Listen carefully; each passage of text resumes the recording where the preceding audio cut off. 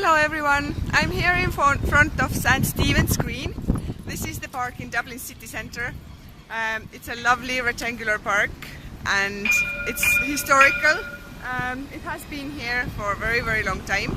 On the 1600s, Dublin city decided to separate this previous marshland and make it into an enclosed area and build houses and buildings around it.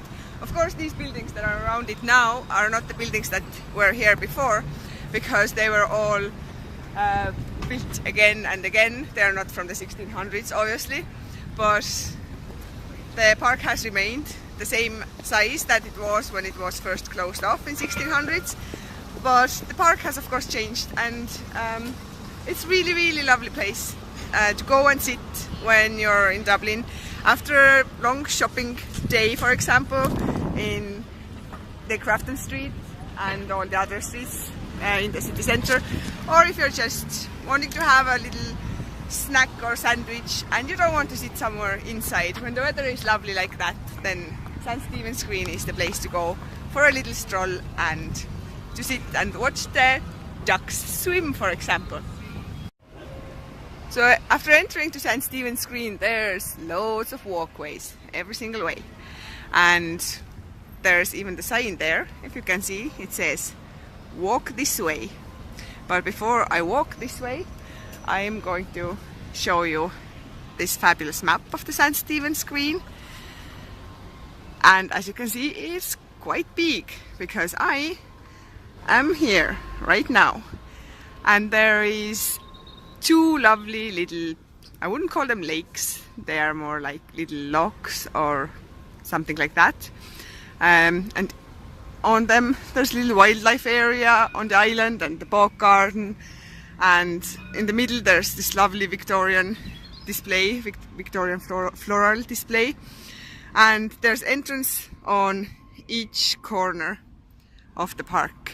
So it's really lovely place to come and sit when you have time and you're in the city centre. It's really great, I think, to have such greenery in the city centre, because in a lot of cities you have to go really far out to get the proper park, but in here you don't even feel like you're in the city centre with all the trams driving around, with all the traffic and everything. The deeper into St. Stephen's Green you go, the quieter it gets. Here in the main entrance to St. Stephen's Park is O'Donovan Rossa statue. O'Donovan Rossa was actually born in Rosscarbery. Rosscarbery is in County Cork, and my last video was actually made in Rosscarbery in Onahincha. That's the place I love to go to for my nice peaceful beach sitting or just hanging around. O'Donovan Rossa was one of the Irish Fenian leaders, and also Irish Republic Brotherhood, not founder, but one of the main people there. And he always fought and strongly believed that Ireland should be a republic. And yeah, he was born in Rosscarbery, but he died in Staten Island in States. So this is his statue. It's pretty early in the morning, but St. Stephen's Green is already busy with people going to work and people just having a walk. That is one of the little water areas in St. Stephen's Park, and there's actually waterfall on the other side of that. A lone bird swimming.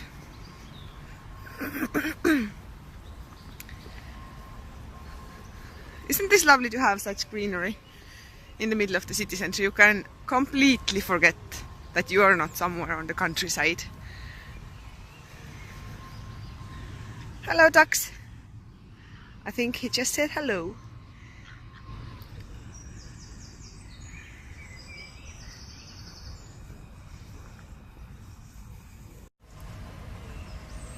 The seagull is looking at me pretty suspiciously.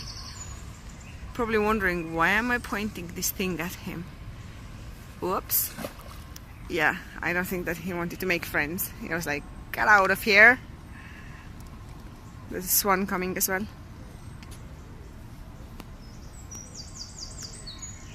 I don't know if you can hear it on the video, but there are birds singing, a lot of birds singing. Down there next to the next water area, there's this lovely summer house.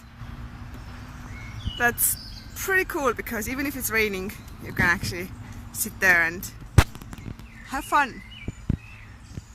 Another information plaque and a nice bridge to the center of the park with all the Victorian style flower displays, which are not as colorful at the moment as they would be when it is summertime.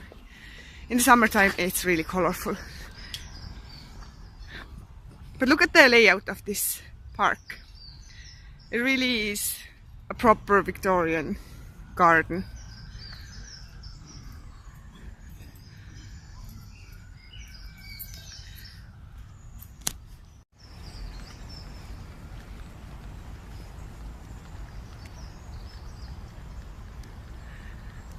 There's a lot of chairs, which, as I say, if you're working nearby in the offices or something, it's a nice place to come for your lunch with your sandwich and your thermos with your cup of coffee. This statue here in the middle of St. Stephen's Green is for Constance Markovic. It's actually a Polish name, but she was an Irish politician, and she was a politician for Sinn Féin and Fianna Fáil, and she also took part of the Easter Rising in 1916, which was pretty unusual for a woman to be such high-flying political figure.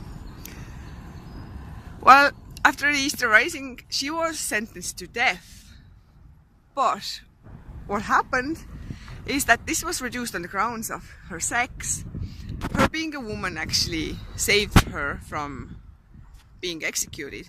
And then on 1918, she was the first woman to be elected to British House of Commons, even though she actually didn't take up that seat.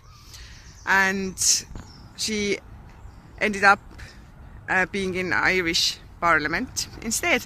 And in here it says also that she's Major in Irish Citizen Army. She was one of the founding members of Irish Citizen Army, I believe. So definitely a remarkable person. She was most known as Countess Markovic. Also a seat here in the middle of the park in remembrance of Anne-Marie and Thomas Haslam.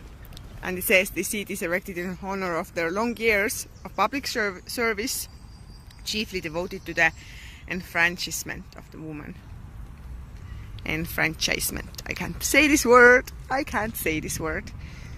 Can't pronounce it.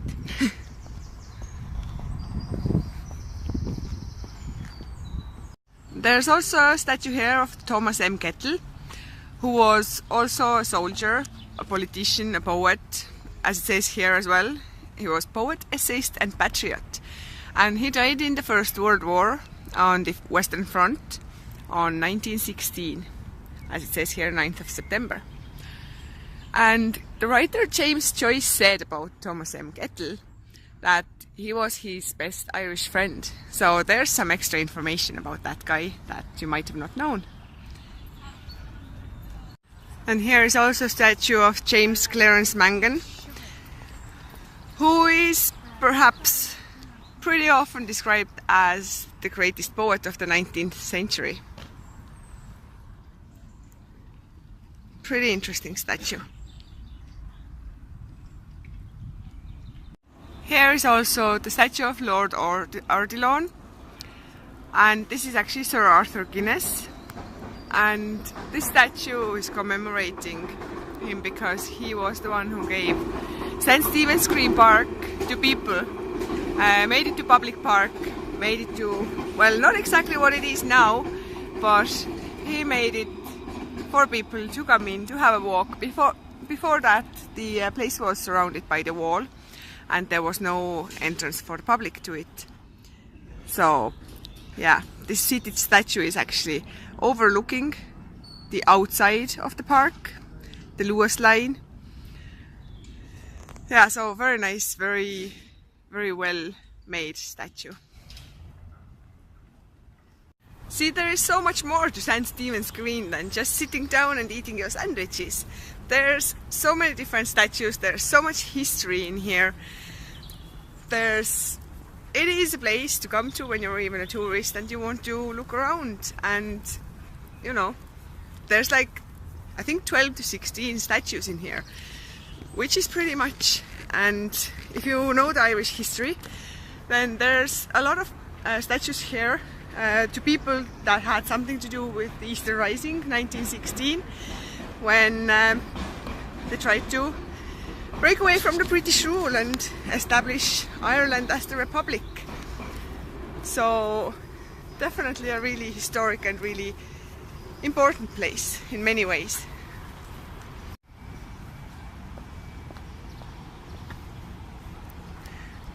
This one is also, this is on the edge of the St. Stephen's Green by one of the entrances.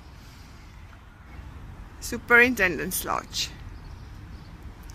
It says here that the park superintendent James Gurney and his family lived in the lodge during the Easter Rising 1916.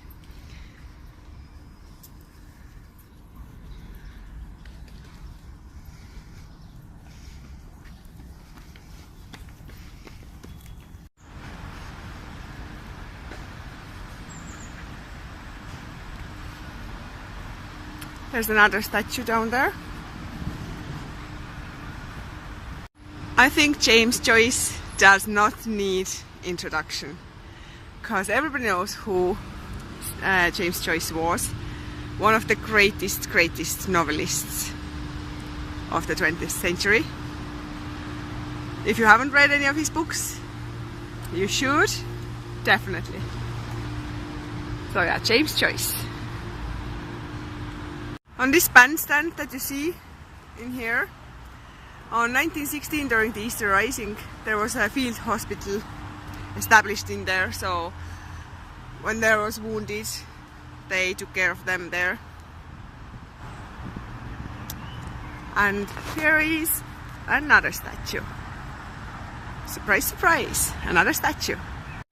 This statue is the only one, the only person who don't actually have any connection to the park itself. But this was unveiled in 2011 and it was presented by Indian government. It's Rabindranath Tagore, and he was the first non-European, to win the Nobel Literature Prize. And he had significant impact on William Butler Yeats, and he was very influential to him, which is one of the reasons why his statue is here. And the other reason is because it's kind of commemorating the long-standing relationship between Ireland and India. As I said before, when I was standing by Constance Markovic statue, it was quite unusual for a woman to be such a high-flying politician, but it wasn't unusual to be in the army, because during the Easter Rising of 1916, it says here as well that the Irish Citizen Army allowed women to join and treated them as equals, trained them in the use of firearms and promoted them into officer ranks. So this was absolutely not uncommon to have basically women officers in the Irish Republican Army, and they were much needed. Now, let's see if I can find any more statues. I think that there is a few more that I haven't yet found. Oh yeah, there's one coming up right there. So this statue and the Fountain of Three Fates from Norse mythology was unveiled in 1956 when it was presented by German government to Ireland. And this was a gift for all the help that Irish gave to German children after the World War II. And as you can see, the three fates are spinning a thread, spinning and measuring a thread. And this thread is measuring the length of the man's destiny. There's a lot of noise behind me, because this statue is right next to one of the entrances to St. Stephen's Green. And there's some building works going on there. But yeah, absolutely one of the loveliest little statues in St. Stephen's Green, definitely. And here is the entrance of the northeast corner of the St. Stephen's Green. And this statue is for famine. It's memorial for famine. I think that it is very magnificent. I think that the concrete slabs behind it are giving it a real edge, and artistically I think it is very, very powerful. It's very interestingly made, but don't forget, it does depict a very, very sad time in the history of Ireland. The Memorial of Famine in St. Stephen's Green. So this was St. Stephen's Green. I hope you enjoyed the video. Also behind me there, if you can see, there's a children's play area. I'm not going to go any closer to film that because there are children at play and some parents might mind if their kid is on the video.